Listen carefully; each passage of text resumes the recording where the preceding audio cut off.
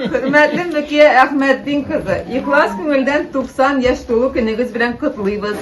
Selametliğinizin kileşekte de sınatmağının turmuş suyuçenlik hem optimizm bir koyşanda kimimevin diliybiz.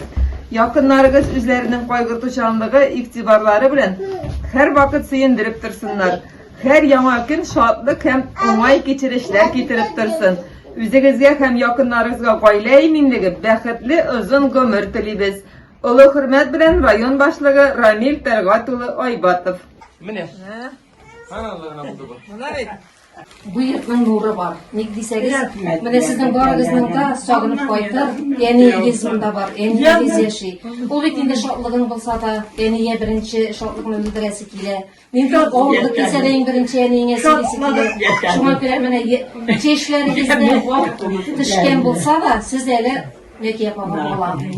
Sizge barınızga da mine şunda koyturga ele uzak yıllar nasip olsun çünkü biz el tagın 5 yıldan 95 yaşına gireriz. Ondan sonra tagın 5 yıldan 100 yaşına gireriz. Ondan sonra bizi korar. Sizin barınızda da isenlik sağlık dileyim. Ben şu yurtның çınlap da nuru sünmesin.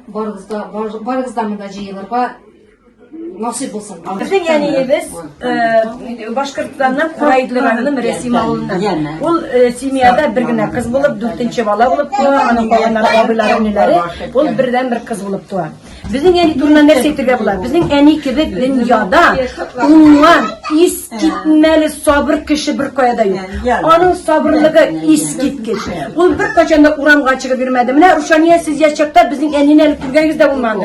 Ol bit bizim eni tırmış dip yandı. Bizim eni Toshkentdan koytkangan mekalindir. Şol hatli temli pişirediriye. Min daşı mektepke bütün nerse pişirebileni o baradilen klastaşlarımız sıylıdırıyım. Onlara hadi de şunu iske alırlar. Benim koynana gibi tüzümlü, tertipli, koynana bir şey de yok. Ben ona rahmetli, ben şunday matur jigitler ısırıp bilgen için bizge. Bana zor beliş tıktık, bana bu beliş bizden, bu ben pişirgen beliş değil, bu benim yurttaki kilimdeşinin belişi. Ey bilmem, iyi de konakkana bekinde, ey.